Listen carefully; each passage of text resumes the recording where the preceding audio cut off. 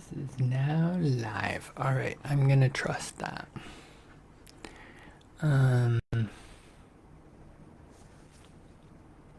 Cool. Yeah, so I just, I was sitting here kind of being unsure what to do, where to go. I was thinking a lot of, and it's natural for me, like, often my brain will think about all the things I haven't accomplished or didn't do or should have been doing or what have you. And so I thought, you know what? Instead of beating myself up or being precious that I didn't get all of my usual things in, to help me cope, I would just reflect on everything that I accomplished today, and have accomplished since. What feels like my life turning upside down, but at the same time, it's just a natural part of life. So, but I thought, well, I can do this part of my practice, which really is just reflecting on an article that I wrote last year, going live, just to be able to, continue and live in my authenticity. Truth is, and it's not like something that I say to dismiss anything that I go through, but the truth is I can have these kind of challenging days even without a reason, like losing a loved one, right? So, just trying to allow myself to grieve, and oddly enough, I'm more forgiving than I am average on an average day, but of myself anyway.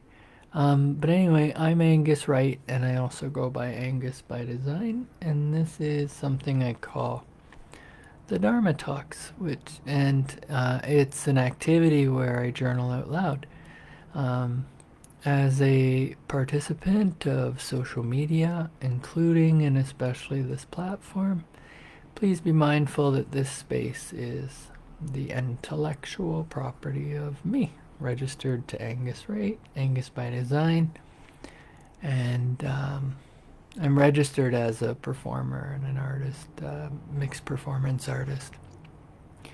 And I'm coming up on, making the decision when I turn 40 to get into comedy and learning. Ultimately, I wanted to do stand-up, but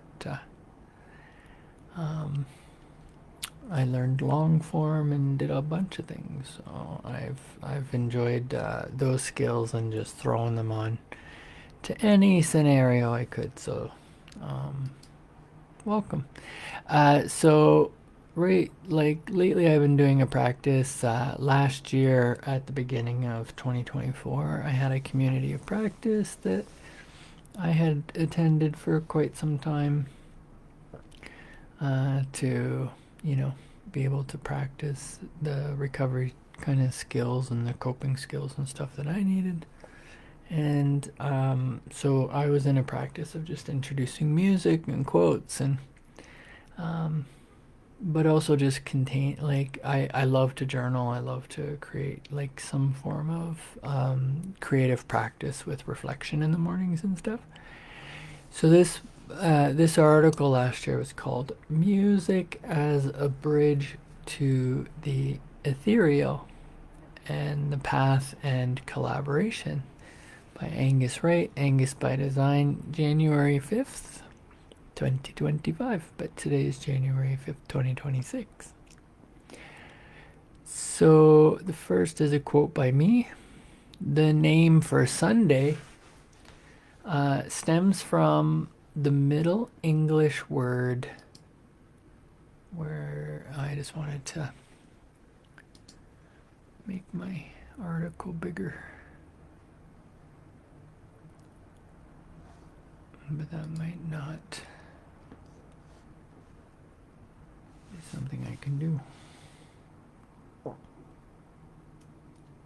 There we go.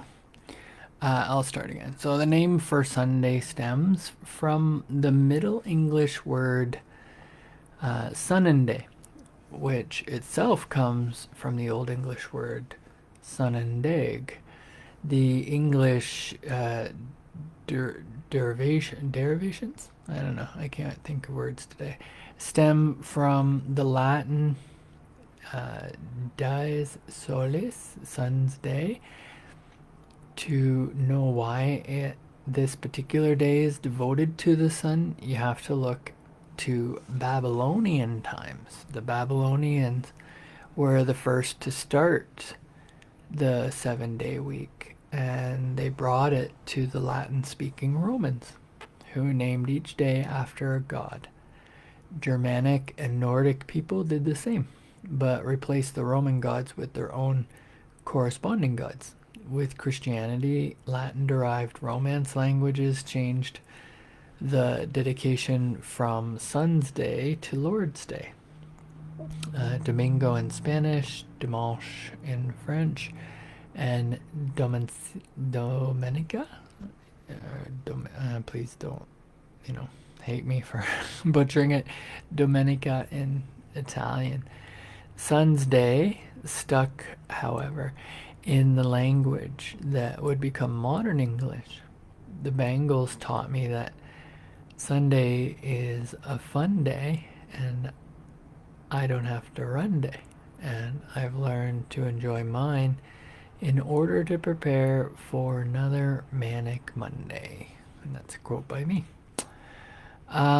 So my practice includes kind of reflection on a daily lecture that I was listening to at the time, and I shared sort of words of affirmation and encouragement. The podcast I was listening to that day was from the Ram Dass Explorers Club, and it was called Music as a Bridge to the Ethereal with East Forest and Marissa Radha Wepner. And then I kind of, put the definitions of, or reflection of ethereal versus ordinary, and I went from there. So this quote's by East Forest. If you think about psychedelic ceremonies across human history, almost all of them were guided by songs and music. The same is used in the background of stores, birthday parties, weddings, working out. Music is everywhere, but it is the one thing that guides a ceremony. But it is the one thing that guides a ceremony. Typically, it could be dancing. It could be you always walk. No, it's music. It's showing us the power and potential of how it's deeply connected to non-dual, to the mystery itself. It's a kind of bridge. And that's East Forest. My words of affirmation and encouragement, inspired by what I was taking in. I am deeply rooted in this incarnation and connected in the knowing that there are many paths and arrivals at non-ordinary states. I know at the same time there are many paths and opportunities to arrive home to the ordinary states, and I explore both with curiosity and unconditional high regard. I love the intention behind communication expressed through sound and song. I am thankful for the time, energy, and love for the universe in choosing to engage in healing during times of perceived suffering. And I am loving awareness of music's powerful ability to move me through my mind, thoughts, body movements, and ancestry through the act of being musical. And I feel the shift that comes with engaging in music and cultivate tools to use it to increase karma. And one love, one song, we all access what is ours. And I am a musician. And I grow, you grow, we grow, and everyone is growing. And I can use anything and everything as a device to get connected, stay connected, be protected, and access the truths and experiences I'm protected to receive. So some things are bigger than any one of us. We are one when we practice in our being. And I can choose to be an individual, and I can choose whom I trust to guide me. It's my and our experience, and safety is priority. Love wins when love is present, and I am an experience. That's for sure. So ethereal being sort of defined as extremely delicate and light in a way that seems too perfect for this world. Also heavenly or spiritual. And other words include delicate, exquisite, dainty, elegant, graceful, beautiful, lovely, fragile, airy, gossamer, gossamery, light, fine, diaphanous, thin, tenuous, subtle, insubstantial, shadowy, celestial, heavenly, spiritual, unearthly, otherworldly, paradisical,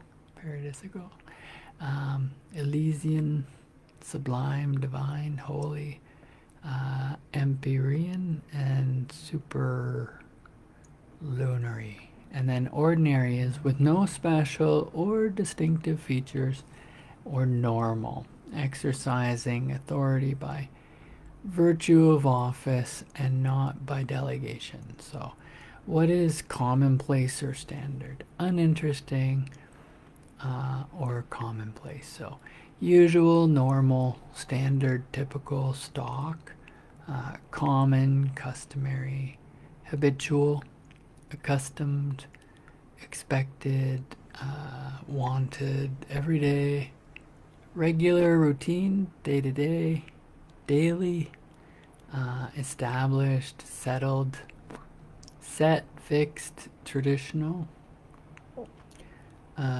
quotidian, prevailing, average, normal, run-of-the-mill, standard, typical, middle of the road, common, conventional, mainstream, unremarkable, unexceptional, unpretentious, modest, plain, simple, etc. So there's just a ton of words that we can think of as opposed to ordinary, right? And so another inspirational quote I wrote last year: I bet if we go back in human history, there wasn't even a word for musician. It was just what we did as humans together. Now it's become something different, that we are or aren't, that we relegate to a certain subset of the population. But I would say we are all musicians, and part of our awakening takes us back to that. So that was Marissa Radha Wepner. And so, as I said, I had reflected on the Ram Dass Explorers Club podcast. And then I put together some music. So one song was by Mirren and Shallow, and it's a song called Heal. Matt View, a song called Serenity. And East Forest and Peter Broderick, which is, can't quite see that title, but I can post that.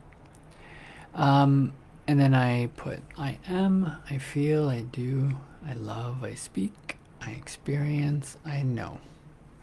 And just for today, I'll choose honesty over every other choice on my path. Just for today, I'll focus on integrity and those who demonstrate it over long-term practice, and not simply from those who profess to possess it.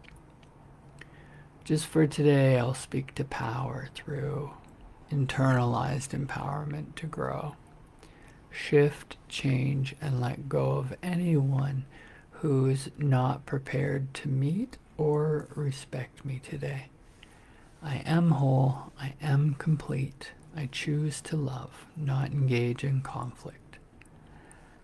Lovingly yours. And then friends of mine, Dana C. White, PhD, and Jonathan Staggers, they're part of a community of practice I'm part of. Dana has since left the body, but while he was here, he had reinterpreted, not reinterpreted, but he had sort of created writings based on the different lessons of the Tao Te Ching, and he called it the nature and wisdom of the Tao Te Ching. And so verse 1 of 81 is the path. So a path that can be walked is not the Tao. It is not the way. A name that can be named is not the name. It is not the Tao. The Tao is both named and nameless. The nameless originates heaven and earth, the beginning of all that is, the named mothers of 10,000 things. A mind freed from thought and desires can see the mysteries, reflected only by its own perceptions. The mind mirrors the forms of existence, merging within itself and connecting to all it is. The mind beholds both the essence of the Tao and the manifestations arising from the same source. Tao and existence may appear different, but in truth it is only the human mind that separates itself from the whole, from which it bestows names upon the nameless. The Tao is truth within the truth, the being inside all existence, the way beneath all directions. Let the future reveal itself as form emerging from an untouched block of wood. Let the Tao be itself. And the other passage is number 73 of 81, called Collaboration. Confrontation courts difficulty. It builds walls. Collaboration courts healing. It builds paths. Challenging others creates division. Collaboration unifies divisions for a common purpose. Being at odds with others is a losing proposition. Being at odds with the Tao induces profound suffering. Yet the Tao is indifferent. One never prevails in opposition with the Tao. The sage builds life around the virtue of yielding to the Tao. Fickling waves shifting as circumstances ebbs and flows. Everything moves in relation to the Tao.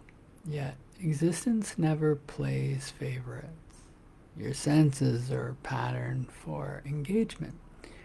Seeing, listening, smelling, tasting, touching. Blessings, curses, joys, depressions, all beyond our control. Who knows what to do? All engagement is rooted in the soil of mystery. Who knows true purposes and possibilities? The sage greets whatever arises at the next path, as the next path to take. Discovering your strengths is beneficial. Discovering your weaknesses is invaluable. People can overcome weaknesses and cultivate strengths, but the Tao awakens people to the true nature of who they are. As a net cast into the sea, the Tao is sturdy like a worker's hands, supple like a newborn, resilient, nurturing, sustaining. The Tao never forces. It does nothing yet brings forth endless possibilities. The Tao never hastens and is always on time. The child is fearless because he is foolish. The sage has no fear because he has become wise. Feeling invulnerable, the child behaves senselessly, disrupting the flow of things, making his presence felt. Feeling powerful, the sage behaves as one in harmony with the flow. Appropriate, folding himself into existence as one with the Tao. The child is strong with youth on his side. His weaknesses and inexperience come forth where everyone can see. The sage seems weak and with the Tao as companion. He uses his skill to engage all existence with the sensitive touch of a master's hand where everyone can see. So that's great. That's about 22 minutes and 26 seconds. So thank you, everybody. I feel much better just having kind of reviewed and reflected on that. So take care. See you next time.